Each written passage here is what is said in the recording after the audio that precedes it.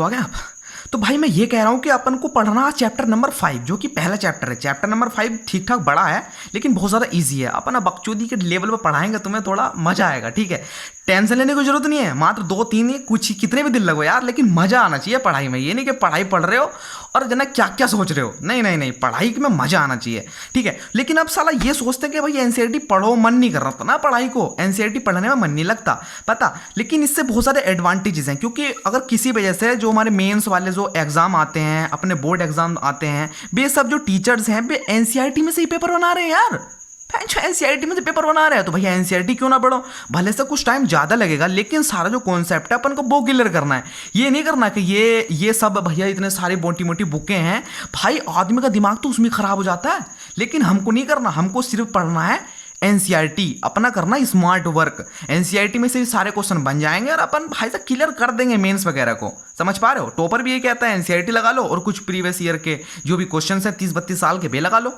तो भैया अपन स्टार्ट कर रहे हैं ये कोर्स किसका, एनसीईआरटी का। भाई मैं भी पता अभी मैंने 12th पास करी है, जो भी 17 साल का भी ना हुआ। ठीक है, तो अपन चल रहे पर करने दो यार जो कुछ करना है, एनसीईआरटी पढ़ रहे पढ़ो। ठीक है, अब हमारे पास आता है चैप्टर नंबर 5 जो कि हमारा पास सरफेस केमिस्ट्री। ठीक है, सरफेस केमिस्ट्री पढ़ रहे हैं लेकिन क्यों पढ़ रहे हैं या कुछ इसकी डेफिनेशन तो समझ में आनी चाहिए। तो सरफेस केमिस्ट्री वो केमिस्ट्री होती है जो डील करती है जो हमारे फिनोमिना होते हैं सरफेस के ऊपर। फॉर एग्जाम्पल हमारे पास एक दीवार है, दीवार पे हमने थूक की पिचकारी मारी, समझ पा रहे हो? तो दीवार क्या होगी, हमारी एक सरफेस होगी और जो हमने थूक की पिचकारी मारी वो होगी हमारे पार्टिकल्स। ठीक है, और जो फिनोमिना हो रहा है उस पार्टिकल के द्वारा, थूक की पिचकारी के द्वारा सरफेस पर, किसकी, जो हमारी दीवार है, उस फिनोमिना को हम क्या कहते हैं, सरफेस केमिस्ट्री, जो डील करती है उस फिनोमिना से। ठीक है, और जो फिनोमिना होता है उसे कहते हैं हम एडजॉर्प्शन। क्या कहते हैं, एडजॉर्प्शन। ठीक है, अब इस फिनोमिना को हमें पढ़ना बहुत ज़्यादा इंपॉर्टेंट है, क्योंकि भैया ये तो दिख रहे हैं ना 2-3 पेज, इन 2-3 पेजों में यही काम आने वाला है। तो भाई ध्यान लगा के सुनो।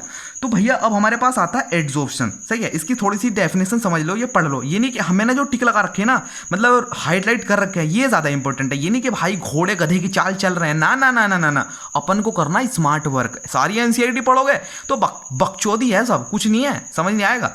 ठीक है, जो मैं पढ़ा रहा हूं वो समझो।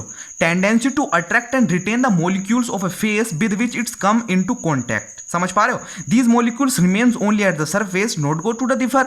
ठीक है, अब ऐसे समझो, ये नहीं कि साला रट रहे हैं, नहीं नहीं, अगर तुम्हें समझ में आ गया ना तो तुम बोर्ड एग्जाम में भी समझ के लिख सकते हो यार, समझ के लिख सकते हो। और भैया अपना जेईई मेंस में तो सिंपल सा आता ही है कि अपना कॉन्सेप्ट क्लियर करो और लगा दो जो कुछ लगाना है। तो एडजॉर्प्शन, एडजॉर्प्शन एक ऐसा फिनोमिना होता है जिसके अंदर जो पार्टिकल्स होते हैं किसी भी सरफेस पर जाकर चिपक जाते हैं और वहीं पर जाकर रुक जाते हैं। ठीक है, उस फिनोमिना को, उस रुकने के फिनोमिना को, चिपकने के फिनोमिना को हम कहते हैं एडजॉर्प्शन। ठीक है, और लेकिन इसमें एक बहुत बड़ी इंपॉर्टेंट बात है कि इसके अंदर जो पार्टिकल्स होते हैं ना, मतलब सरफेस के अंदर जो पार्टिकल्स होते हैं वे अंदर नहीं जाते, सिर्फ किस पर रुकते हैं, सरफेस के अंदर रुकते हैं। फॉर एग्जाम्पल हमारे पास एक दीवार है, ठीक है, ये क्या होगी, हमारी एक दीवार होगी। ठीक है, और ये हमारी थूक की पिचकारी। भैया यही एग्जाम्पल सोचो जिससे माइंड में जल्दी बात बैठे। ठीक है, यही तो एक लॉजिक है भाई, जितना अच्छा यूनिक तुम सोचोगे उतना तुम्हारे माइंड के अंदर ज्यादा बैठेगा। तो हमारे पास एक दीवार है, हमने यहाँ पे एक थूक की पिचकारी मारी, तो जो पार्टिकल्स हमारे थूक के इस पे जाकर क्या होगा, चिपक गए। ये नहीं कि अंदर गए, अगर अंदर चले जाएंगे तो उसे कहेंगे एब्जॉर्प्शन, जो कि हम आगे पढ़ेंगे। ठीक है, लेकिन अंदर नहीं जाने चाहिए, बाहर ही रहने चाहिए। नेक्स्ट हमारे पास द मॉलिक्यूल्स स्पीसीज और द सबस्टांस विच कंसंट्रेट और accumulate eight the surface is termed absorbent. कहने का मतलब ये है जो मॉलिक्यूल्स और स्पीसीज या सबस्टांसेस हैं वो जो कंसंट्रेट होती हैं, एक्यूमुलेट मींस इकट्ठा होती है, एट द सरफेस, कि जो सरफेस है हमारे पास उसको हम क्या कहते हैं, एडजॉर्बेट कहते हैं। मतलब कि जो हमारी थूक की पिचकारी थी, जो हमने यहाँ पे मारी थी, किस पे, दीवार पे मारी थी, तो वो थूक की पिचकारी को हम क्या कहते हैं, एडजॉर्बेट। क्या कहते हैं, एडजॉर्बेट कहते हैं। उस थूक की पिचकारी को हम क्या कहते हैं, एडजॉर्बेट कहते हैं। At the material on the surface of which the adsorption take place is called adsorbent. वो सरफेस जिस पे हमारा एडजॉर्प्शन टेक प्लेस हो रहा है, मतलब कि जगह ले रहा है, उसे हम क्या कहते हैं, एडजॉर्बेंट। समझ पा रहे हो? मतलब कि जहाँ पे हमारा थूक की पिचकारी गई, मतलब दीवार हमारी, दीवार पे जब हमारी थूक की पिचकारी गई और उस दीवार को हम क्या कहते हैं, एडजॉर्बेंट। सही है, ये बहुत ज़्यादा कन्फ्यूज़न होता है बच्चों को, या मुझे भी हुआ था कि जब एडजॉर्बेट और एडजॉर्बेंट का यार पता नहीं चल रहा क्या हो। तो एडजॉर्बेट क्या है, हमारी जो हमारी थूक की पिचकारी है, और एडजॉर्बेंट क्या है, हमारी दीवार। मतलब कि हमने थूक की पिचकारी फेंक के हमारी दीवार पर, मतलब एडजॉर्बेट गया हमारा किस पे, एडजॉर्बेंट पर। ये भाई सिंपल सी बात है, लॉजिक है ना, सब जगह लॉजिक लगाओ तुम। ठीक है, अब ये पढ़ने की जरूरत नहीं है, सिंपल ये पढ़ो कि charcoal, silica gel, alumina gel, clay, colloids, metals in finely divided state, it is act as a good adsorbent. ठीक है, एडजोर्बेंट मतलब दीवार, हमने बताई थी ना दीवार है, तो ये मतलब क्या है, ये गुड एडजोर्बेंट है। क्या है मतलब सिलिका जेल, एल्यूमिनियम जेल और कोलोइड, चारकोल वगैरह क्या है, गुड एडजोर्बेंट है।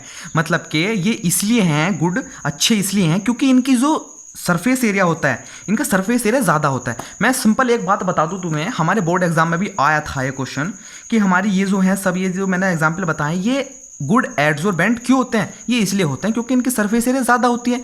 और एक एग्जाम्पल और है कि जितना ज़्यादा सरफेस एरिया होगा, जितना ज़्यादा सरफेस एरिया होगा उतना ज़्यादा एड्जॉर्प्शन ज़्यादा होगा। ठीक है, ये ध्यान रखना, charcoal, silica gel, aluminium gel, clay, colloid good adsorbent हैं, मतलब दीवार की तरह एक्ट करेंगे, जो हमने दीवार का एग्जाम्पल दिया था।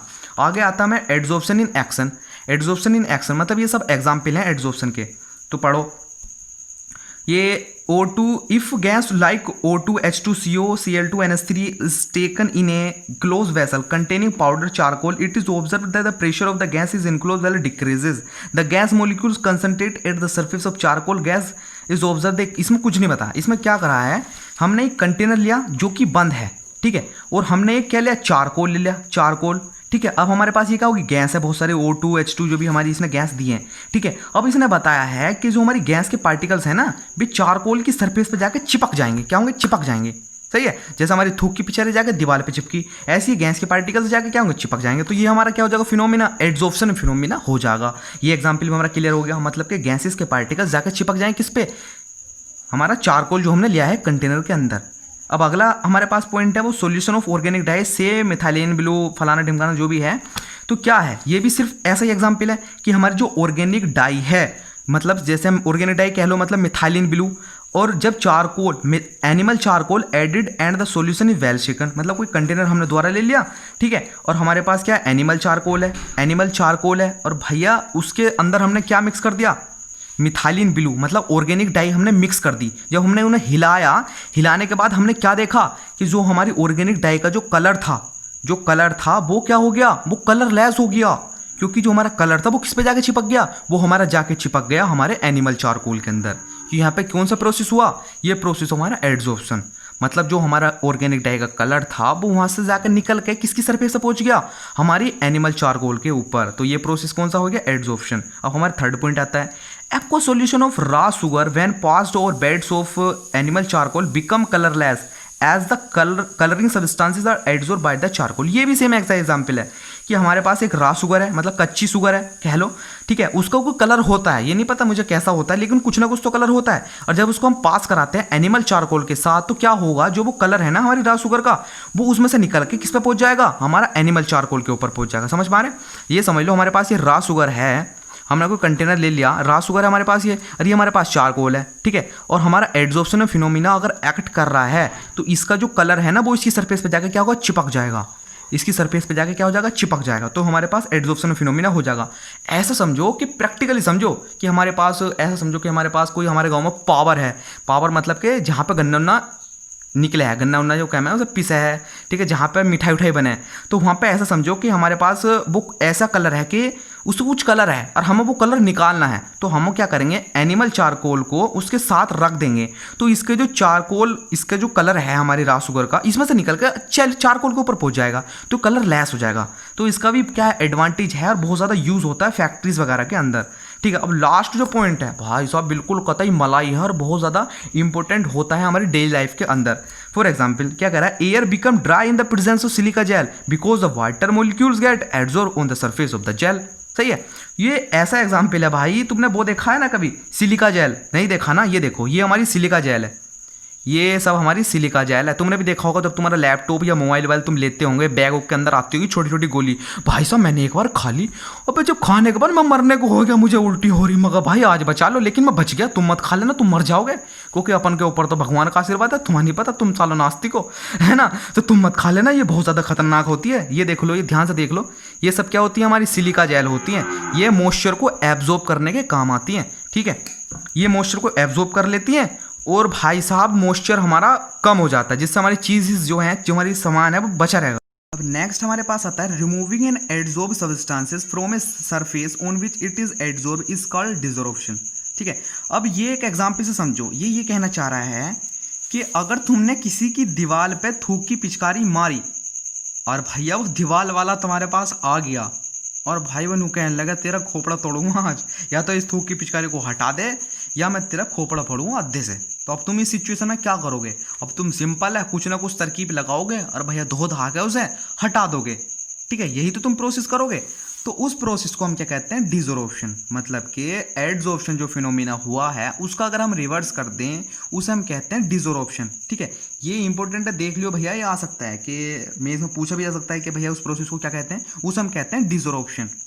ठीक है, अब अगला हमारे पास आता है distinguish between adsorption and absorption. इनका डिफरेंस कीजिए, एडसोर्प्शन का और एब्जॉर्प्शन का डिफरेंस हमें करना है। अब भैया इसमें पूरी बुक में या कहीं भी आगे ये नहीं बताया गया कि एब्जॉर्प्शन किसे कहते हैं। एडसोर्प्शन तो बता रखा है, ये एब्जॉर्प्शन होता है, लेकिन ये नहीं बताया कि एब्जॉर्प्शन किसे कहते हैं। तो एब्जॉर्प्शन हमारा एक ऐसा फिनोमिना होता है जिसके अंदर जो पार्टिकल्स होते हैं बे सरफेस पे ना रहकर अंदर चले जाते हैं, बल्क के अंदर चले जाते हैं। मतलब कि ऐसा समझो हमने एक थूक की पिचकारी मारी दीवार के ऊपर। ठीक है, अब भैया ये थूक की पिचकारी सरफेस पे ना रहकर कहाँ पहुंच गई? अंदर पहुंच गई, सरफेस के अंदर पहुंच गई। तो उस फिनोमिना को हम कहते हैं एब्जॉर्प्शन। एब्जॉर्प्शन मतलब सोख लेना, नाम से पता चल रहा। एब्जॉर्प्शन मतलब सोख लेना, मतलब पार्टिकल सरफेस पे ना रहकर उसकी कंसंट्रेशन अंदर चली जाए, पार्टिकल्स अंदर चले जाएं सरफेस के, उसे क्या कहते हैं? हम एब्जॉर्प्शन कहते हैं। अब डिफरेंस बताना है, डिफरेंस सिंपल ये हो जाएगा, इन absorption the substance is concentrated only at the surface. मतलब एब्जॉर्प्शन के अंदर क्या होता है? सब्सटेंसेस क्या होते हैं? कंसंट्रेटेड, मतलब एक्यूमुलेट होते हैं, रुके हुए रहते हैं किस पे? सरफेस पर। किस पे? एब्जॉर्प्शन में।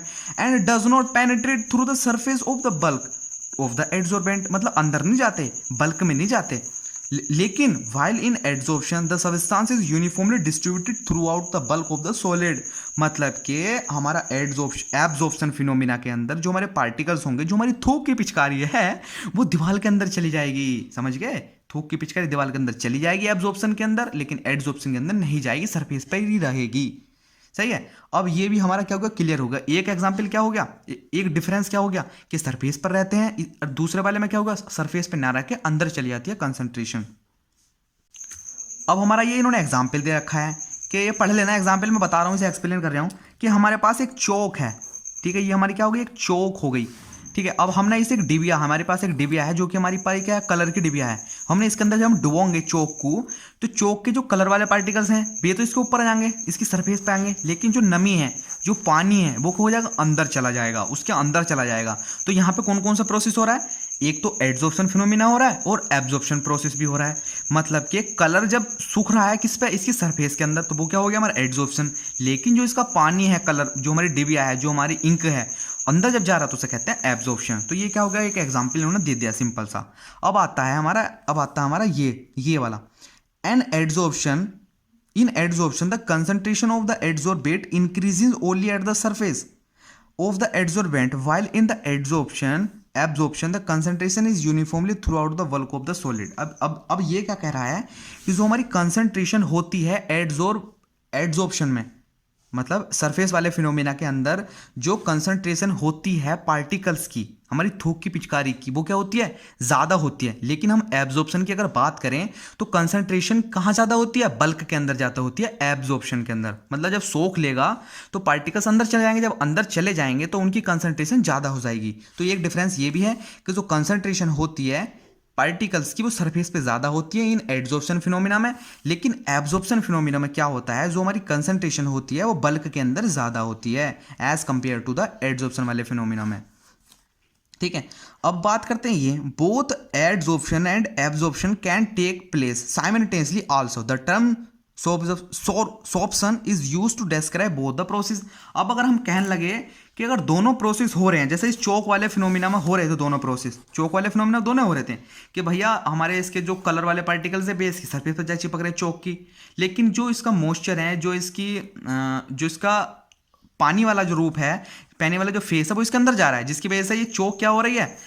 चौक के अंदर बल्क वाले पार्टिकल्स के अंदर जा रहे हैं इसके पार्टिकल्स। सही है, तो इसके अंदर दोनों प्रोसेस हो रहे हैं, एब्जॉर्प्शन फिनोमिना भी हो रहा है, एड्सॉर्प्शन फिनोमिना भी हो रहा है। तो उस प्रोसेस को उस टाइम पर जो प्रोसेस कहलाएगा वो कहलाएगा सोर्प्शन। दोनों प्रोसेस अब एक साथ टेक प्लेस हो। तो अगला हमारे पास आता है मैकेनिज्म ऑफ एड्जॉर्प्शन। तो मैकेनिज्म ऑफ एड्जॉर्प्शन का मतलब यहाँ पे ये है कि एड्जॉर्प्शन जो है वो टेक प्लेस किस तरीके से होता है, मतलब कि किस तरीके से अकर होता है, उसका क्या प्रोसेस है, तो यहाँ पे हम सीखेंगे। तो सबसे पहला आता है यहाँ पे adsorption arises due to the fact that the surface of the absorbent are not in the same environment as the particle inside the bulb. इसे कहने का मतलब ये है जो हमारा जो एड्जॉर्प्शन होता है ना वो अराइज होता है, क्यों कैसे राइज होता है कि जो सरफेस के जो पार्टिकल्स होते हैं ना एड्जॉर्बेंट के, मतलब एड्जॉर्बेंट का मतलब पता ही है तुम्हें, दीवार जो है अपनी, तो दीवार के जो ऊपर के जो पार्टिकल्स होते हैं और जो अंदर के जो पार्टिकल्स होते हैं तो वे क्या होंगे, डिफरेंट एनवायरनमेंट में होंगे। सिंपल है भैया, ये हमारी समझ लो दीवार है कोई, ठीक है। तो इसके सरफेस पे कोई पार्टिकल्स अलग होंगे, इसके अंदर बल्क वाले पार्टिकल्स अलग होंगे, तो एनवायरनमेंट तो अलग हो गया, क्योंकि ये वाले जो पार्टिकल्स है ना ऊपर वाले ये तो सिर्फ सराउंडिंग में, मतलब कि हमारे वातावरण में है, लेकिन अंदर वाले पार्टिकल्स जो हैं वे तो इसके अंदर है ना बल्क में, उनके अंदर ज़्यादा प्रेशर लग रहा हो, फोर्स लग रहा होगा, ठीक है। तो यही बताना चाह रहा है, ठीक है। The adsorbent all the forces inside the adsorbent all the forces acting between the particle are mutual balance. क्या कर रहा है कि जो हमारे जो इनसाइड वाले पार्टिकल्स होते हैं ना, जो बल्क वाले पार्टिकल्स होते हैं, तो उन पे भाई सब कैरी करके फोर्स लगती है, कतई तबाही वाली। कहने का मतलब ये है यहाँ पे कि ये हमारी दीवार थी, तो दीवार के अंदर कुछ पार्टिकल्स थे नहीं थे, ठीक है। तो उनके अंदर जो पार्टिकल्स थे तो उनके ऊपर जो फोर्स लग रही है ना वे आपस में बराबर लग रही है। सिंपल सी बात है भैया, अगर हमारे पास दो आदमी हैं, एक आदमी ये रिया एक आदमी ये रिया, ठीक है, वो आपस में रस्सी खींच रहे हैं, लेकिन दोनों की जो फोर्स लगा रहे हैं आपस को पुल करने के लिए, तो वो सेम है। तो क्या होगा, ये म्यूचुअली क्या होगी, बैलेंस होगी, क्या होगी, बैलेंस होगी, रुकी भी रहेगी, ठीक है। तो ऐसे इसका हिसाब है, अंदर के जो पार्टिकल्स होते हैं क्या करेंगे, म्यूचुअली बैलेंस रहते हैं, उन पर जो फोर्स लगती है ना भाई साहब वो बराबर लगती है, समझ गए, ठीक है। अब आगे पढ़ते हैं। But on the surface, the particles are not surrounded by atoms or molecules of their kind on all sides। समझ गए, बहुत ज़्यादा इजी है, मुझे पता है तुम टॉपर हो तो तुम्हें सब पता है, ठीक है। तो इसके कहने का मतलब ये है कि जो हमारी जो सरफेस है ये हमारी क्या होगी, सरफेस होगी, लेकिन सरफेस के पार्टिकल पे ऐसा नहीं होता, ये तो अपने फ्री है, मौज में, कतई मौज में यार, ये मजे ले रहे हैं। देखो ये हमारे सरफेस के पार्टिकल्स हैं, तो इन्हें कोई रोक टोक नहीं है, ये मजे ले रहे हैं ऊपर, ठीक है। ये नहीं कि मतलब कि ये इधर से खींच रहा है, ये इधर से खींच रहा है, नहीं, ये सिर्फ चिपके पड़े हैं और ऊपर के पार्टिकल्स पे जो है ना म्यूचुअली बैलेंस फोर्स नहीं लगती, ये इन पे जो होती है ना सराउंडिंग की फोर्स जो लगती है वो इतनी तगड़ी करके नहीं लगती, बहुत ही सिंपल लगती है as compare to the inside वाले पार्टिकल्स। सिंपल है भैया, एक एग्जाम्पल ले लो कि अपन किस में थे, अपन 12th में थे, ठीक है, और अपन 11वें में भी थे, अपन 9th में भी थे, लेकिन जो हमारे पर रेस्ट्रिक्शन आई ना वो आई 12वें में। 11वें में तो कतई मौज कुट्टी तबाही मचा रखी थी, ठीक है। जब 12वें में आई ना तो भाई साहब हम खोपड़ा फोड़ने लगे दीवारों में, अब भाई मरने को फिर रहे पूरे, मतलब दिन रात क्या था भैया, पास होना, अच्छे नंबर लाने, ठीक है, क्योंकि हमारे पास ऐसी मेंटेलिटी थी कि भैया 12th नहीं हुआ अच्छा तो बेकार है, ठीक है। तो हमारे पास क्या था, रेस्ट्रिक्शन थी। तो अंदर वाले जो पार्टिकल्स है वे किसकी तरह है, जो इनसाइड वाले पार्टिकल्स हैं, मतलब 12th वाले जो 12th वाले हैं वे किसकी तरह है, इनसाइड वाले जो पार्टिकल्स हैं। जो 11वें वाले हैं वे कौन से हैं, जो बाहर वाले पार्टिकल्स हैं, क्योंकि बाहर वाले जो पार्टिकल्स हैं मौज में, और भैया 11वें में तो कतई मौज सी कुट जा, ठीक है। तो मौज लो यार 11वें में, 12वें में पढ़ लियो, लेकिन मौज मत लियो यार, क्योंकि भाई जेई मेन्स है ना तुम्हारी वाट लग जाएगी, कसम से कह रहा हूँ यार, तो मौज मत लेना यार, कभी भी हो पढ़ लो यार, ठीक है। और भैया तुम अगर तुम्हारे पास टैलेंट है तो टैलेंट दिखाओ यार, ठीक है। अरे ये उल्टे सीधा टैलेंट नहीं, यहाँ पर टैलेंट की बात हो रही है। तो ये बकचोदी यहीं खत्म करते हैं, पढ़ते हैं आगे यार, तुम यार बातों में जा ले तो बहुत नोटी हो रहे हो हैं। तो आगे बढ़ते हैं। तो ये क्या कह रहा है, these forces of the adsorbent are responsible for attracting the adsorbed particles on its surface। Simple सी बात है। अब भाई ये बहुत ज़्यादा इंपॉर्टेंट है, ये बहुत ज़्यादा इंपॉर्टेंट है किसमें, मैकेनिज्म ऑफ एड्सॉर्प्शन में। हम क्या पढ़ना था इसमें, हमें ये पढ़ना था कि हमारा जो एड्सॉर्प्शन फिनोमिना होता है वो क्यों होता है, किसकी वजह से होता है ना। तो वजह पता क्या है, हमें वजह मिल गई है, वो वजह है हमारे जो सरफेस वाले पार्टिकल्स होते हैं, कौन से वाले, जो 11वें में मौज कूटते हैं उनकी वजह से होते हैं, ठीक है। तो ये क्या है, जो सरफेस वाले पार्टिकल्स होते हैं ना वे हमारी थूक की पिचकारी के पार्टिकल्स के साथ यारी जोड़ लेते हैं, कतई तबाही वाली। तो क्या करते हैं, ये कहते हैं आजा भैया तू भी ले ले एक का क्वार्टर, ठीक है, तो एक का पैक बना लेते हैं भाई साहब, ये क्या होते हैं आपस में ज्वाइंट हो जाते हैं, जिसकी वजह से एड्सॉर्प्शन फिनोमिना टेक प्लेस हो जाता है, ठीक है। तो अब हम आगे पढ़ लेते हैं। The extent of adsorption increases with the increase of the surface area per unit mass of the adsorbent at the given temperature and pressure। देखो मैं बताना चाहूँ तो मैं यहाँ भी बता सकता हूँ, लेकिन हमें एक्सटेंट ऑफ एड्सॉर्प्शन के बारे में क्या पढ़ना पड़ेगा, आगे पढ़ना पड़ेगा। इसमें इसने ये बताया है जो हमारा एक्सटेंट ऑफ एड्सॉर्प्शन होता है इसका मतलब होता है x/m। एक्स अपॉन एम क्या होता है, एक्सटेंट ऑफ एड्सॉर्प्शन। मैं आगे एक्सप्लेन कर दूंगा इसको, ठीक है। तो ये क्या होता है, इंक्रीज होता है with increase in the surface area. अगर हम हमारी जो दीवार थी, जो हमारी एड्सॉर्बेंट थी, अगर उसको हम सरफेस एरिया बढ़ा दे तो क्या होगा, हमारा जो एड्सॉर्प्शन फिनोमिना है वो भाई साहब बढ़ जाएगा। क्या है, बढ़ जाएगा। सिंपल है भैया, अगर हम दीवार बढ़ा दे तो भैया उस पर जितनी ज़्यादा थूक की पिचकारी मारोगे भैया वो तो थाम लेगा, क्योंकि हमारी दीवार बड़ी है, सरफेस एरिया बड़ा है, तो एड्सॉर्प्शन भी ज़्यादा होगा, एक्सटेंट ऑफ एड्सॉर्प्शन भी ज़्यादा होगा। इट्स क्लियर, क्लियर, क्लियर, हाँ क्लियर। अब आगे पढ़ते हैं। Another important factor featuring adsorption is the heat of adsorption, ठीक है। अब यहाँ पे समझो, अगर जो हमारा एड्सॉर्प्शन जो फिनोमिना होता है ना, उसको अगर सेकंड फैक्टर जो क्या करता है, अफेक्ट करता है, उसे कहते हैं हीट। बहुत ज़्यादा इंपॉर्टेंट है भाई, ये बहुत ज़्यादा इंपॉर्टेंट, हल्के बना लिया इसे। ये क्या है, एड्सॉर्प्शन को जो हमारा अफेक्ट करता है फैक्टर, वो क्या होता है, हीट भी अफेक्ट करता है। During adsorption there is always a decrease in the residual forces of the surface, ठीक है। जब हमारा एड्सॉर्प्शन होता है ना, तो वहाँ पर रेसिडुअल मतलब जो भी बचा हुआ जो फोर्स रहता है, मतलब हमारे जो सरफेस के जो पार्टिकल्स होते हैं, दीवार वाली, ये कह दो एड्सॉर्बेंट वाली, तो उसके जो रेसिडुअल फोर्सेस होते हैं भी क्या होते हैं, डिक्रीज होते हैं एड्सॉर्प्शन के टाइम, ठीक है। Example, there is a decrease in surface energy which appears as heat, ठीक है। कि मतलब कि जो हमारी जो क्या होती है, सरफेस जो एनर्जी होती है, एनर्जी का मतलब यहाँ पे क्या है, एनर्जी का मतलब ये है कि जो हमारे जो पार्टिकल्स हैं सरफेस पे, उसके जो मॉलिक्यूल्स हैं ना, उनके बीच में जो अट्रैक्शन फोर्स है वो कम है, ठीक है। अगर हम हीट बढ़ाएंगे तो उनके बीच का जो अट्रैक्शन है, बॉन्डिंग जो है वो टूट जाएगी एकदम, तो सरफेस एनर्जी क्या हो गई, कम हो गई, ठीक है। क्या है, हीट बढ़ाने पर जो सरफेस के जो पार्टिकल्स हैं वे आपस में क्या होंगे, टूटने स्टार्ट हो जाएंगे, बॉन्डिंग टूटनी स्टार्ट हो जाएगी, तो हमारी सरफेस एनर्जी क्या हो गई, कम हो गई, क्योंकि उसे कम एनर्जी चाहिए किसको, बॉन्ड को ब्रेक करने के लिए। सिंपल सी बात है, इसलिए क्या हीट भी इफेक्ट करती है, ठीक है। तो विच अपीयर्स एज हीट, ठीक है। जब बॉन्ड ब्रेक होगा तो किसकी तरह अपीयर होगा, हीट की तरह ब्रेक होगा, शो होगा। Adsorption there is invariably an exothermic process. भाई ये ध्यान रख लियो, पूछा भी जा सकता है। मेरे में तो भाई मैंने देखा था ना, जब मोड सैंपल पेपर निकाले थे, तो मेरे को ध्यान है कि मुझे पता चला था, ये क्वेश्चन आया था कि हमारा जो एड्सॉर्प्शन फिनोमिना होता है, क्या वो एक्सोथर्मिक होता है, एंडोथर्मिक होता है, क्या होता है वो, नहीं क्या होता क्या है। तो मैं तो सिर्फ यार मेरा गलत हो गया था, तुम मत कर देना। हमारा जो प्रोसेस होता है वो एक्सोथर्मिक प्रोसेस होता है। एक्सोथर्मिक क्या होता है, एंडोथर्मिक क्या होता है। एक्सोथर्मिक क्या होता है, एक्सोथर्मिक एक ऐसा फिनोमिना होता है जिसके अंदर हीट क्या होती है, रिलीज होती है। हीट रिलीज, नाम से चले एक्सो मतलब नहीं, नाम से उल्टा है। एक्सोथर्मिक मतलब हीट रिलीज होना, एंडोथर्मिक हीट एड्सॉर्ब होना, ठीक है। एक्सोथर्मिक रिलीज होना, एंडोथर्मिक क्या होना, इनसाइड होना, ठीक है। तो अब ये क्या कह रहा है, ये हमारा प्रोसेस होता है एक्सोथर्मिक, मतलब हीट इसमें रिलीज होती है। ये एक ऐसा प्रोसेस होता है जिसके अंदर हीट क्या होती है, रिलीज होती है। In other word delta H of adsorption is always negative. क्या कह रहा है, डेल्टा एच पता क्या होता है, डेल्टा एच क्या होती है, एनर्जी होती है किसी भी सिस्टम की। एनर्जी से मतलब नहीं है, यहाँ पे एनर्जी क्या होती है, टोटल एनर्जी होती है इसकी सिस्टम की। तो ये क्या होती है, ऑलवेज नेगेटिव होती है। ये क्यों होती है, आगे बढ़ते हैं। When a gas is adsorbed, the freedom of the movement of its molecules become restricted। भैया सिंपल सी बात है, अगर हमारी थूक की पिचकारी दीवार पे जाकर चिपकेगी तो भैया जो गैस के जो मॉलिक्यूल्स हैं उनको क्या होगी, रिस्ट्रिक्शन हो जाएगी, बंध जाएंगे, तो चिपक जाएंगे, तो मॉलिक्यूल्स के बीच का जो अट्रैक्शन फोर्सेस है वो क्या होगी, बढ़ जाएगी। मतलब दीवार की और हमारी थूक की पिचकारी चिपक गई तो भैया बॉन्डिंग तो बढ़िया हो गई ना भैया, यारी जुड़ गई, तो क्या होगा, जो पार्टिकल्स हैं उनको रेस्ट्रिक्शन हो जाएगी। This amount to decrease in the entropy of the gas after adsorption, I delta S is negative. देखो भैया अब सिंपल सी बात है, देखो कुछ बच्चे ऐसे होंगे जिनको ये नहीं पता होगा डेल्टा जी इक्वल्स टू होता है डेल्टा एच माइनस, भाई यार ये पेन क्या हो गया यार, तुझे पेन क्या बीमारी लगी, क्या कोरोना हो गया तुझको, ठीक है। अब देखो हमारे पास ये है, ठीक है, अब हमारे पास ये है, तो ये समझो delta G equals to delta H minus T delta, ये एक इक्वेशन है, ठीक है। इसे याद कर लो, रट लो, इसे खोल कर पिया वही चाय में, मुझे नहीं पता, बस याद कर लो तुम, ठीक है। तो डेल्टा जी होता है, ये बाद में बताऊं, पहले बताता हूं। तो डेल्टा एच क्या होता है, डेल्टा एच होती है इंथैल्पी, ठीक है। डेल्टा जी होती है इंथैल्पी होती है। इंथैल्पी का मतलब कोई सिस्टम है हमारे पास, उसकी जो टोटल एनर्जी होती है उसे हम कहते हैं इंथैल्पी, मतलब delta H, total energy delta H, ठीक है।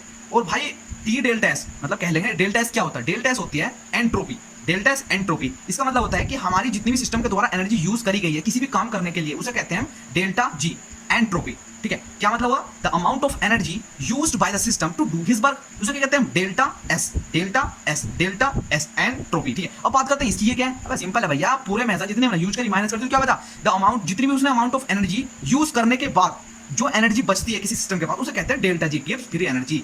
सिस्टम के द्वारा एनर्जी यूज करने के बाद उसके पास जो रिमेनिंग एनर्जी बचती है उसे कहते हैं डेल्टा जी, ठीक है। अब भाई जल्दी कर लो, अब इतना टाइम नहीं बचा हमारे पास, ठीक है। तो डेल्टा एस क्या होता है, एंट्रोपी मतलब कि जो सिस्टम के द्वारा एनर्जी यूज में लाई जाती है तो उसे क्या होती है, निगेटिव होती है। इसका मतलब निगेटिव साइन नहीं होता है यहाँ पे, निगेटिव साइन बिल्कुल मत लेना भाई, मैं कंफ्यूजन था, ठीक है। निगेटिव साइन नहीं होता, इसका मतलब होता है जो जो डेल्टा एस होता है ना, वो क्या होता है, ज्यादा यूज में आ जाता है, ज्यादा यूज में आ जाता है, इसकी जो अमाउंट होती है वो ज्यादा यूज में आ जाती है। मतलब कि जो हमारी सिस्टम की जो एनर्जी होती है वो ज्यादा रिलीज होती है। पता क्यों होती है? ये इसलिए होती है क्योंकि हमारा प्रोसेस एड्सॉर्प्शन है। एड्सॉर्प्शन प्रोसेस क्या है? एक्सोथर्मिक प्रोसेस है। हीट क्या हो रही, भाई साहब तबाही करता रिलीज हो रही है, ऐसा निकल रहे ज्वाले, निकल रहे ज्वाले, ठीक है। तो समझ लो भाई, मजे से समझो। डेल्टा एस क्या होता है? डेल्टा एस नेगेटिव होता है। नेगेटिव का मतलब डेल्टा एस की वैल्यू नेगेटिव ज्यादा होती है क्योंकि ये हमारी जो सिस्टम की एनर्जी वो ज्यादा रिलीज हो रही है, ठीक है। तो अब आगे बढ़ते हैं। तो adsorption is thus accompanied by the decrease in enthalpy as well as decrease in the enthalpy of the system, ठीक है। तो जो हमारा एड्सॉर्प्शन फिनोमेना होता है उसके अंदर क्या होता है, हमारा जो एंथैल्पी होती है मतलब डेल्टा एच वो भी डिक्रीज होता है, और जो हमारा एंट्रोपी होती है वो भी क्या होती है, डिक्रीज होती है सिस्टम की, ठीक है। For at constant temperature and pressure delta G must be negative, ठीक है। तो जब हम कांस्टेंट करते हैं टेंपरेचर को और प्रेशर को, कहने मतलब ये अगर किसी वजह से हम कुछ वर्क कर रहे हैं, एड्सॉर्प्शन फिनोमेना हो रहा है, लेकिन अगर किसी वजह से हमें कुछ मेजर करना है तो हमें कांस्टेंट टू टेंपरेचर क्या करना पड़ेगा, हमें कांस्टेंट करना पड़ेगा टेंपरेचर को, प्रेशर को। अगर कुछ हमें रीडिंग चाहिए तो क्या होगा, delta G must be negative. हमेशा क्या होगा, डेल्टा जी नेगेटिव होगा एड्सॉर्प्शन फिनोमेना में। There is a decrease in Gibbs energy, simple है। नेगेटिव मतलब क्या होगा, डेल्टा गिब्स फ्री एनर्जी में क्या होगा, डिक्रीज होगा, डिक्रीमेंट होगा किसमें, गिब्स फ्री एनर्जी में। On the basis of the equation delta G is equals to delta H minus T delta S can be negative if delta H is sufficiently high negative value as minus T delta S is a positive. भाई यहाँ सुनो भाई, ये बच्चों को क्या होता है यहाँ पर कंफ्यूजन हो जाती है, मुझे भी कंफ्यूजन हुई थी क्योंकि भैया मेरे अंदर क्या है, थोड़ी एग्रेसिवनेस है। क्योंकि यहाँ पे देखो क्या लिखा है कि on the basis of the equation delta G must be negative, delta H has sufficiently high negative value. तो इसका मतलब यार सिंपल बुक की अगर अकॉर्डिंग चलें तो क्या होगा, यहाँ पे हमें ये समझ में आ रहा है कि डेल्टा एच की वैल्यू क्या होनी चाहिए, निगेटिव, मतलब माइनस में आनी चाहिए, लेकिन यार यहाँ पे है नहीं, ठीक है। तो यहाँ पे ये क्या कह रहा है, delta H is sufficiently high negative value, तो इसका माइनस में नहीं है। इसका मतलब ये है कि हमारे जो सिस्टम के पास जो एनर्जी है ना वो बहुत ज़्यादा कम है। इसका नेगेटिव मतलब नहीं है, इसका मतलब हमारे सिस्टम के पास जो एनर्जी है बहुत ज़्यादा कम है value. Minus T delta S is positive, तो इसका मतलब ये नहीं है कि भाई ये वैल्यू पॉजिटिव में आ रही है, नहीं, इसका मतलब ये है हमारे सिस्टम की जो एनर्जी होती है ना वो इतनी ज्यादा होती नहीं है। डेल्टा एच क्या होती है, ज्यादा नहीं होता है, एंथैल्पी ज्यादा नहीं होती है सिस्टम की, लेकिन इतने ज्यादा यूज कर लेता है जितनी पास उसके पास होती भी नहीं है ना। ऐसा क्या भैया अपन मेले में गए, मेले में जाने के बाद हमने भैया सामान खरीद लिया, सौदा खरीद लिया अपना, जो भी जंजीर पंजीर हाथ तो ब्रेसलेट, लेकिन हमारे पास इतने पैसे नहीं है उसे देने के लिए, लेकिन हमने खरीद लिए, ठीक है। तो उसकी वजह से क्या होगा, दुकानदार हमारे हाथ पापड़ा कहता है बजा देगा घर को निकल ऐसे, ठीक है। तो उसका भी ऐसा हिसाब है। तो यहाँ पे क्या होगा, यहाँ पे जो दुकानदार है वो डेल्टा जी है, तो डेल्टा एच भी नेगेटिव ही होना है, ठीक है। क्योंकि देखो भाई यहाँ पे समझो इक्वेशन बहुत ज्यादा इजी है भाई, बहुत ही ज्यादा इजी है। Delta G is equals to क्या होता है, delta H minus T delta S, क्या होता है, टी डेल्टा एस, ठीक है। ये होगा। अब देखो ये क्या है, ये टी डेल्टा एस, इसकी वैल्यू क्या है, ये मतलब सिस्टम क्या हो रहा है, ज्यादा एनर्जी क्या हो रिलीज कर रहा है, ज्यादा ही क्या, इसकी वैल्यू क्या ज्यादा है, भले से नेगेटिव है, लेकिन अगर ये ज्यादा हो जाएगी as compare to delta H तो क्या होगा, ये वैल्यू नेगेटिव हो जाएगी। जब भाई जो छोटा है ये बड़ा है तो क्या होगा, माइनस साइन तो आना ही है ना। किसका साइन आना है, माइनस का साइन आना है, क्योंकि हमारे पास सिस्टम के पास इतनी एनर्जी नहीं जितनी में यूज कर रहा है, इतनी नहीं है जितनी में यूज कर रहा है। सिंपल है भैया। तो हमारे पास डेल्टा एच क्या होगा, वो आगा नेगेटिव, क्या होगा, delta H must be negative. As the adsorption proceeds delta H become less and less negative ultimately. भाई साहब सही है कि भैया एक्सोथर्मिक प्रोसेस है, हीट रिलीज होती चली जाएगी। यार भैया हमारे पास इतनी ज्यादा हीट नहीं है, इतनी ज्यादा हमारे पास ताकत नहीं बची, लेकिन हम यूज में ले रहे हैं क्योंकि हमारे एक्सोथर्मिक प्रोसेस है, तो हमारे डेल्टा जी क्या होगा, नेगेटिव हो ही जाएगा। उसके पास जो वैल्यू बचेगी वो घाटे में चला जाएगा। एज द एड्सॉर्प्शन प्रोसेस, ठीक है, यहाँ पे पढ़ लिया, equal to delta T delta S and delta G become zero. ये कह रहा है delta H become equal to T delta S and delta G become zero, तो प्रोसेस क्या होगा, इक्विलिब्रियम कहलाएगा। देखो भाई ये समझना बहुत ज्यादा इंपॉर्टेंट है। अगर हमारे पास डेल्टा जी की जो वैल्यू है, डेल्टा जी की वैल्यू अगर लेस देन जीरो है तो प्रोसेस क्या होगा, स्पॉन्टेनियस। मतलब अगर वैल्यू क्या है, नेगेटिव है, तो डेल्टा जी की अगर वैल्यू नेगेटिव है तो हमारा प्रोसेस स्पॉन्टेनियस होगा। स्पॉन्टेनियस मतलब अपने आप हो जाने वाला, बिना किसी मदद के, ठीक है। कुछ होते हैं ना कि जो अपने आप ही चलते हैं, किसी मदद की जरूरत नहीं होती, जैसे यार अपनी तारीफ में क्या करूं, सही है यार, बहुत मजा आता है, ठीक है। तो भाई डेल्टा जी, अगर डेल्टा जी हमारा बड़ा है जीरो से तो क्या होगा, नॉन स्पॉन्टेनियस प्रोसेस। समझ गए। अगर इक्वल टू जीरो है तो क्या होगा, फॉर इक्विलिब्रियम साइकिल हो एट इक्विलिब्रियम, मतलब इक्विलिब्रियम प्रोसेस होगा भाई। Delta G equal to zero है तो ठीक है। अब भाई ये हमारा प्रोसेस क्या होगा, पूरा हो लिया भाई। अरे समझ गए। देखो भाई बुक भी खोलने की जरूरत नहीं है, ठीक है, बुक भी मत खोलो यार, तुम बस क्या करो, जो मैंने पढ़ाया ना रिवीजन मारते रहो, खोल गए 2s पे चला लो स्पीड पे यूट्यूब की वीडियो, और भाई देख लो भाई, तुम्हें समझ में आएगा, जरूर आएगा, ठीक है। बुक भी खोलने की जरूरत नहीं है, एनसीईआरटी पढ़ लो और सब काम सही है, ठीक है। अब आते हैं हमारे पास टाइप ऑफ एड्सॉर्प्शन। एड्सॉर्प्शन कितने तरह का होता है भाई, there are mainly two types of adsorption of gases on the solid, ठीक है। कितने तरह का होता है, दो तरह का होता है। If accumulation of gas on the surface of a solid occurs on account of weak van der Waals forces, the adsorption is term है फिजिकल एड्सॉर्प्शन और फिजियोसॉर्प्शन। देखो मैं पहले ही बता दे रहा हूं, दो तरह का क्या होता है एड्सॉर्प्शन, होता है फिजियोसॉर्प्शन और दूसरा क्या होता है कीमोसॉर्प्शन। फिजियोसॉर्प्शन कीमोसॉर्प्शन, जो फिजिकल एड्सॉर्प्शन भी कहते हैं और केमिकल एड्सॉर्प्शन भी कहते हैं, ठीक है। दो तरह के होते हैं, फिजिकल और केमिकल, ठीक है। अब बात करें कि कैसे पहचाने, इनकी डेफिनेशन क्या हो सकती है। देखो भाई अगर हमारे पास जो सरफेस की जो पार्टिकल्स हैं और जो हमारे पास कोई भी, अगर हमारे पास देखो एड्सॉर्बेंट और एड्सॉर्बेट की जो पार्टिकल्स हैं, अगर आपस में वीक वंडर वाल मतलब फिजिकल बॉन्ड के द्वारा आपस में कनेक्टेड है, ज्वाइंट है, म्यूचुअली बॉन्डेड है, उन्हें क्या कहेंगे हम, फिजियोसॉर्प्शन कहेंगे, फिजिकल एड्सॉर्प्शन कहेंगे, समझ गए।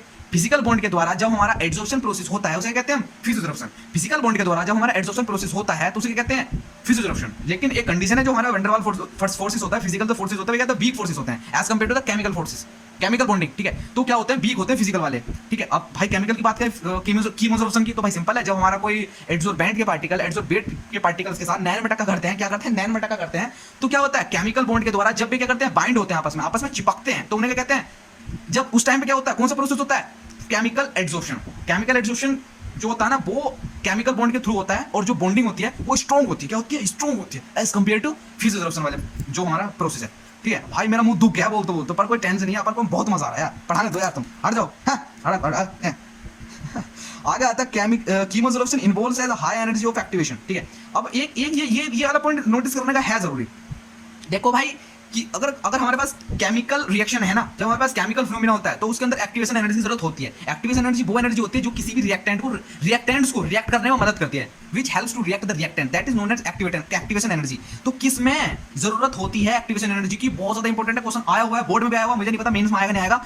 इसलिए बस ये चैप्टर पूरा होने के बाद मेंस के क्वेश्चन लगाने हैं, कुछ मेंस के क्वेश्चन लगाने हैं भाई, 12th वाले को टेंशन लेने की जरूरत नहीं है, ठीक है। तो भाई सिंपल है, मैं ये कह रहा था कि जो हमारी केमिकल कीमोसोर्प्शन में एक्टिवेशन एनर्जी की रिक्वायरमेंट होती है, एक्टिवेशन एनर्जी की रिक्वायरमेंट क्या होती है देयरफॉर, लेकिन फिजियोट्रॉप्शन में नहीं होती, फिजियोट्रॉप्शन में नहीं होती। क्यों नहीं होती, क्योंकि वहां पे जो है ना रिएक्टेंट वर्क ही नहीं करता, ठीक है, रिएक्टेंट रिएक्ट ही नहीं करते ना, क्योंकि भाई वो केमिकल प्रोसेस नहीं है, केमिकल प्रोसेस में रिएक्टेंट रिएक्ट करते हैं, उसको रिएक्ट करने के लिए एक एनर्जी जरूरत होती है जिसे हम कहते हैं एक्टिवेशन एनर्जी, ठीक है। ये हमारा क्लियर हो गया, ये ध्यान रख लो भैया, टिक लगा लो। activated adsorption, sometimes these two processes occur simultaneously, मतलब आगे पीछे साथ ही। It is not easy to ascertain the type of adsorption. If physical adsorption is at low temperature may pass into chemosorption as the temperature increase. For example, dihydrogen is the first adsorbed on nickel by van der Waals forces. Molecules of the hydrogen dissociate from the atom which are held on the surface by chemosorption. देखो इसने पता क्या, इसने ये बताया जो हमारा फिजियोसोर्प्शन होता है ना वो कन्वर्ट हो सकता है, मे भी क्या हो सकता है, कन्वर्ट हो सकता है किसमें, कीमोसोर्प्शन में, ठीक है। फिजियोसोर्प्शन किसमें कन्वर्ट हो सकता है, कीमोसोर्प्शन में कन्वर्ट हो सकता है। तो अब हमारे पास है कैरेक्टरिस्टिक्स ऑफ फिजियोसोर्प्शन, ठीक है, फिजियोसोर्प्शन की कैरेक्टरिस्टिक्स, ठीक है। सबसे पहली वाली जो आती है लैक ऑफ स्पेसिफिसिटी, ठीक है। ये क्या होता है, स्पेसिफिसिटी का मतलब होता है कि कहीं भी अगर हो जाना, एक तो मतलब कि यार ऐसे कह लो कि अगर हमारे पास यार वो होती है ना, तुम्हें यार 1 रुपए की चार वाली टॉफियां में भाई हर दुकान में मिलती है, 1 रुपए की चार वाली बहुत ज्यादा फेमस है, लेकिन अगर हम मांगने चले जाएं 5 रुपए की जो चॉकलेट आती है, कौन सी एक्लेट्स की जो 5 वाली चॉकलेट आती है वो नहीं मिलेगी, वो बहुत ही रेयर केस है, वो हमें मिल जाए लेकिन हमें मिलती नहीं है, ठीक है। तो ऐसा इसका हिसाब है कि जो हमारी जो फिजियोसोर्प्शन में फिनोमेना होता है वो कहीं भी नहीं हो सकता कि कहीं भी बढ़ रहा है, ना ऐसा नहीं होता, कहीं भी नहीं हो सकता। इसका मतलब यही है, a given surface of an absorbent does not show any preference of particular gas as the van der Waals forces are universal. यही बताया इसने कि ये जरूरी नहीं है कि अगर किसी वजह से कोई हमारी गैस है वो क्या हो रही है, एब्जॉर्ब हो रही है किस पे, किसी सरफेस पे, तो वहां पे वंडरवॉल फिनोमेना ही एक्ट करेगा, नहीं केमिकल फिनोमेना में एक्ट कर सकता है। तो यहाँ पे क्या है, यहाँ पे ये बता रखा है कि कहीं भी भाई एक्लेट्स की टॉफी नहीं मिलती है ना। अब आगे पढ़ लेते हैं, नेचर ऑफ एड्सोर्बेट, मतलब जो हमारा अगर हम फिजियोसोर्प्शन है हमारा, तो वहाँ पे जो हमारा एड्सोर्बेट का हमारी थूक की पिचकारी का नेचर कैसा होना चाहिए वो भी पढ़ लेते हैं भाई। The amount of gas adsorb by the solid depend upon the nature of the gas, सही है। अगर कोई हमारी गैस एड्सोर्ब हो रही है किसी सॉलिड के ऊपर, ठीक है, तो वो किस पे डिपेंड करेगी, नेचर ऑफ द गैस, जो गैस का वो नेचर किस तरीके का है। In generally easily liquefied gas, easily liquefiable gas, मतलब पता क्या होता है, इसका मतलब ये होता है जो गैस इजीली क्या हो जाती है, लिक्विड में कन्वर्ट हो जाती है, भी क्या होती है, are readily adsorb and van der Waals forces as strong near the critical temperature, है ना। तो ये क्या कह रहा है, जो गैस जल्दी ही लिक्विड में कन्वर्ट हो जाती हैं और बे कब कन्वर्ट हो जाती है, जिनका क्रिटिकल टेम्परेचर क्या होता है, कम होता है, तो बे क्या होती है, easily van der Waals forces show करती हैं। समझ गए नहीं समझे, नहीं बता रहा हूँ, मैं बता रहा हूँ। देखो ये समझना बहुत ज्यादा जरूरी है। अगर हमारे पास कोई गैस है, गैस को अगर हमें लिक्विड में कन्वर्ट करना है तो उसके लिए क्रिटिकल टेम्परेचर होना बहुत ही ज्यादा इंपॉर्टेंट होता है। जितना ज्यादा क्रिटिकल टेम्परेचर होगा वो गैस उतनी ही जल्दी क्या होगी, किसमें कन्वर्ट हो जाएगी, हमारी लिक्विड में कन्वर्ट हो जाएगी। जितनी जल्दी लिक्विड में कन्वर्ट हो जाएगी वो गैस उतनी ही जल्दी क्या होगी, एड्सॉर्ब हो जाएगी, फिजिकल एड्सॉर्प्शन फिनोमेना ज्यादा शो करेगी। तो अब कुछ एग्जांपल्स हैं जो कि क्या करते हैं, शो करती हैं, जो गैसेस ज्यादा क्या होती है, क्रिटिकल टेम्परेचर शो करती हैं। देखो SO2 सबसे पहले नंबर पे, और भाई देख लो यार यहाँ पे लिखा था, the readily adsorb as van der Waals forces are strongly near the critical temperature, 1 gram of activated charcoal adsorb more sulphur dioxide SO2, मतलब SO2। उसके बाद आता है मीथेन CH3, और उसके बाद आता है which is still more than 4.5 ml of dihydrogen, ठीक है। तो अब क्या आता है, मतलब उसके बाद हाइड्रोजन आता है। तो सबसे पहले क्या आता है, SO2, फिर आता है मीथेन, फिर बाद में NO2 वगैरह ये वाली गैसेस, NH3 गैस भी आती है, ठीक है। तो हमारे पास जो थर्ड पॉइंट आता है वो हमारा रिवर्सिबल नेचर। तो हमारा जो फिजियोसोर्प्शन होता है वो क्या होता है, रिवर्सिबल इन नेचर होता है। तो सॉलिड प्लस गैस, गैस बन भी सकती है, सॉलिड भी बन सकती है, साथ ही साथ क्या होगी, हीट रिलीज होगी। हीट क्यों रिलीज होगी, क्योंकि हमारा भाई साहब जो एड्सॉर्प्शन फिनोमेना वो क्या है, एक्सोथर्मिक प्रोसेस है। तो एक्सोथर्मिक फिनोमेना में हीट हमेशा क्या होती है, रिलीज होती है। तो गैस भी बन सकती है, सॉलिड भी बन सकती है, और हीट तो रिलीज होगी। और रिवर्सिबल प्रोसेस है तो क्या हो सकता है, दोबारा से हमारी सॉलिड प्लस गैस में कन्वर्ट भी हो सकते हैं। More of the gas is adsorb when the pressure is increase as the volume of the gas decrease. इसका क्या ये चैटरलीज प्रिंसिपल था जो हमने शायद 11वीं क्लास में पढ़ा था।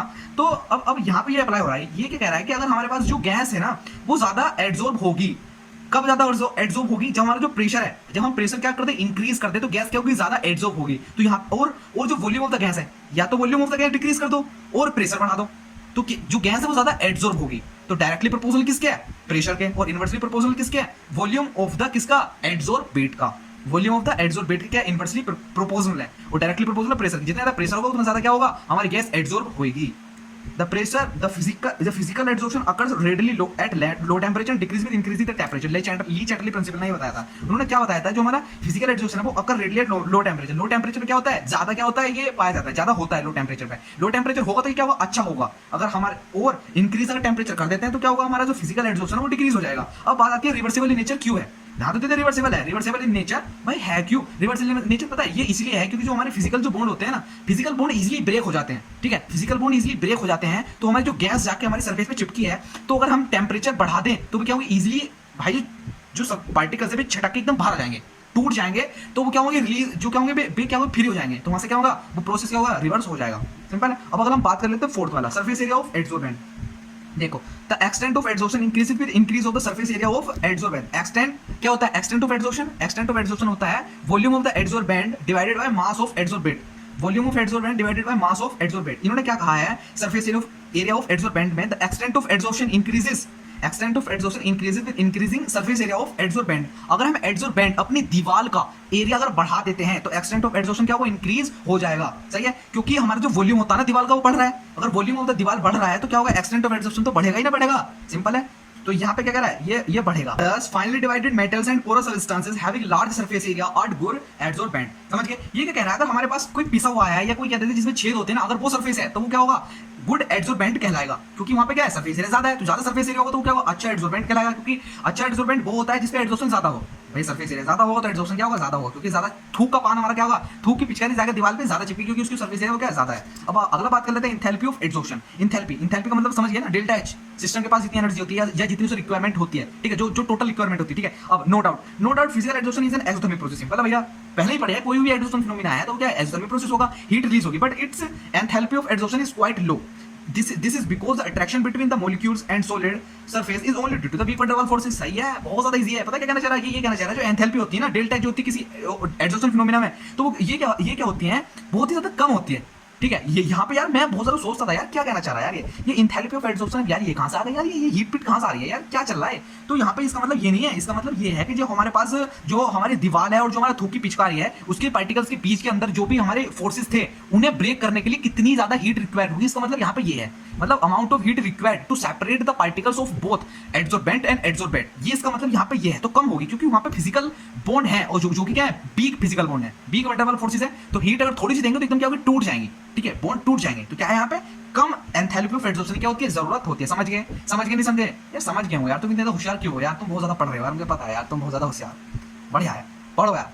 हमारे पास है कैरेक्टरिस्टिक्स ऑफ कीमोजॉर्प्शन। तो सबसे पहला पॉइंट है हाई स्पेसिफिसिटी। इसकी स्पेसिफिसिटी क्या होती है, ज्यादा होती है। लेकिन अगर बात करें हम फिजियोजॉर्प्शन की, उसमें स्पेसिफिसिटी ज्यादा नहीं होती, लो होती है वो ज्यादा। ठीक है, तो chemisorption is highly specific and it will occur only occur if there is some possibility of chemical bonding between adsorbent and adsorbate. ठीक है, तो हाई स्पेसिफिसिटी है, कोई दिक्कत नहीं है। लेकिन कब है, जब हमारी केमिकल बॉन्डिंग होती है एडसॉर्बेंट के बीच में और एडसॉर्बेट के बीच में, तब क्या होती है, हमारी हाई स्पेसिफिसिटी होती है। एक एग्जांपल भी दे रखा है। लेकिन स्पेसिफिसिटी होती क्या है, मैंने पहले बताया, इसका मतलब होता है कि कितनी प्रोबेबिलिटी है हमारे किसी भी प्रोसेस के होने की। तो इसकी अगर हम बात कर रहे हैं कीमोजॉर्प्शन की, तो इसकी जो स्पेसिफिसिटी होती है, प्रोबेबिलिटी होती है इसकी होने की, वो क्या है, ज्यादा है। सेकंड पॉइंट है इरिवर्सिबिलिटी।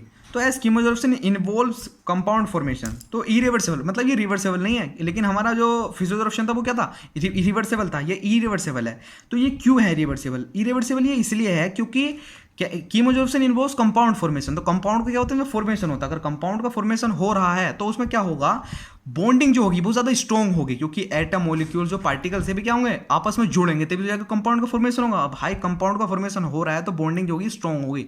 अगर वीक होगी तो नहीं होगी, क्योंकि वीक बॉन्डिंग पे क्या होता है, जो पार्टिकल्स हैं भी इजीली ब्रेक हो जाते हैं। ब्रेक होंगे तो मतलब रिवर्सिबल हो सकता है, लेकिन यहाँ पे क्या हुआ, स्ट्रॉन्ग बॉन्ड से क्या होते हैं, पार्टिकल्स बंधे हुए होते हैं, जिसकी वजह से क्या होता है, ये इरिवर्सिबल होता है। It is an exothermic process. हमें पता है क्या ये एक एक्सोथर्मिक प्रोसेस है, क्योंकि हमारा एडसॉर्प्शन फिनोमेना है क्या है, एक्सोथर्मिक प्रोसेस है। But the process is very slow at low temperature. क्यों है, प्रोसेस क्या होता है, स्लो होता है, मतलब एक्सोथर्मिक प्रोसेस तो है लेकिन स्लो होता है। कब? जब टेम्परेचर स्लो होगा, लो होगा। सिंपल सी बात है भैया, बॉन्ड क्या है, स्ट्रॉन्ग है। एक्सोथर्मिक प्रोसेस अगर बनाना है इसको तो बॉन्ड पहले ब्रेक करने पड़ेंगे, तो ब्रेक करने पड़ेंगे तो टेम्परेचर ज़्यादा देना पड़ेगा। लेकिन यहाँ पे बात हो रही है लो टेम्परेचर की, तो लो टेम्परेचर होगा तो बॉन्ड ब्रेक होने की, नहीं तो एक्सोथर्मिक प्रोसेस क्या होगा, स्लो हो जाएगा। समझ गए? अब यहाँ पे नीचे पढ़ने की इतनी भारी जरूरत है नहीं, ठीक है, वो भी है, वो हमने पहले पढ़ लिया था कि हमारा जो फिजिकल ऑप्शन वो कन्वर्ट हो सकता है किसमें, कीमोजोरेक्शन में, जब क्या होगा टेम्परेचर हम बढ़ा दें। ठीक है, ये हमने पढ़ लिया। Surface area like physical adsorption chemisorption also increase with surface area. Simple सी बात है, अगर हम एड्जॉर्बेंट का अपने दीवार का एरिया बढ़ा दे तो भैया क्या होगा, हमारा कीमोजोरेक्शन भी क्या होगा, बढ़ जाएगा। अगला बात कर लेते हैं enthalpy of adsorption. Enthalpy of chemisorption is high as it involves chemical bond formation, है ना। तो ये क्या कह रहा है, मतलब कि इंथैल्पी ऑफ एड्जॉर्प्शन क्या होती है, इसकी हाई होती है। ये क्यों होती है, ये इसलिए होती है क्योंकि भाई वही वाला सिंपल था कि इसके अंदर जो बॉन्डिंग होती है वो क्या होती है, स्ट्रॉन्ग होती है। तो उन्हें ब्रेक करने के लिए क्या होगा, ज़्यादा एनर्जी की रिक्वायरमेंट होगी, नहीं होगी ब्रेक करने के लिए। तो ऐसी है कि, तो इसका एंथैल्पी ऑफ एड्जॉर्प्शन, इसका मतलब यहाँ पे ये है कि amount of energy required to break the bond in the chemisorption, तो क्या होगा, ज़्यादा होती है। सिंपल है। तो अब यहाँ पे सारे पॉइंट हमने क्लियर कर लिए हैं, ठीक है। अब ये मैं थोड़े टिप दे देता हूँ इस टेबल के बारे में, है ना। अगर आप भाई 12th क्लास में हो तो यार तुम देख सकते हो इस टेबल को, क्योंकि इस टेबल में से ये डिफरेंस आते हैं और आपको इसी वे में अगर आप लिखोगे तो आपको पूरे नंबर मिल जाएंगे। एग्जाम में पूछा जाता है, हर बार पूछा जाता है, इस बार भी पूछा गया था और पूछा भी जाएगा, ठीक है। बात वो है, कोरोना ने ऐसी तैसी मार रखी है पूरी एजुकेशन सिस्टम के, तो भाई कोई दिक्कत नहीं, पढ़ाई तो अपनी जगह है, पढ़ाई अपनी जगह है, पढ़ाई करते रहो। तो मैं क्या कह रहा हूँ, अगर आपको कॉन्सेप्ट क्लियर करना तो भाई देखो यहाँ पे जो चीज़ बता रखी है ना वो सिंपल ऊपर बता रखी है। सारे जो पॉइंट उठाए गए हैं ना वो स्पेस से और स्पेस से उठाए गए हैं यहाँ तक, ठीक है।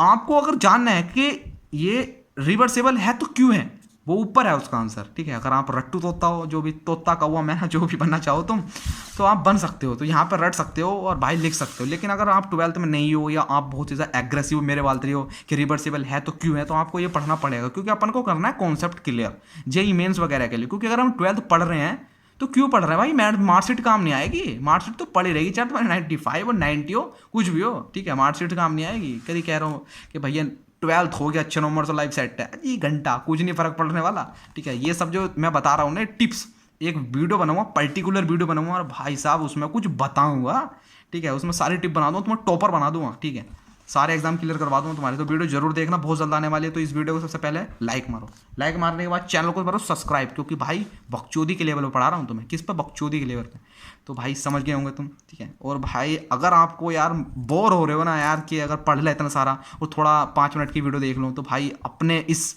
महाराज की वीडियो देखो, अपने सर की वीडियो देखो। मेरे पता एक चैनल है जो कि हमारा गेमिंग चैनल है, जिसका नाम है मेरा और वो CKINHERSHW, ठीक है। वहाँ पे गेमिंग की वीडियो डालते हैं एकदम तबाही करके, एकदम बकचोदी के लेवल पे। ये जो है ना, ये मैटर अलग है, वो मैटर अलग है, वो देखो यार कुछ मजा आएगा उसमें, ठीक है। तो लेक्चर सेकंड जल्द आएगा और यहाँ तक ही रखते हैं। तो मिलते हैं अगली वीडियो में, अब तक के लिए बाय।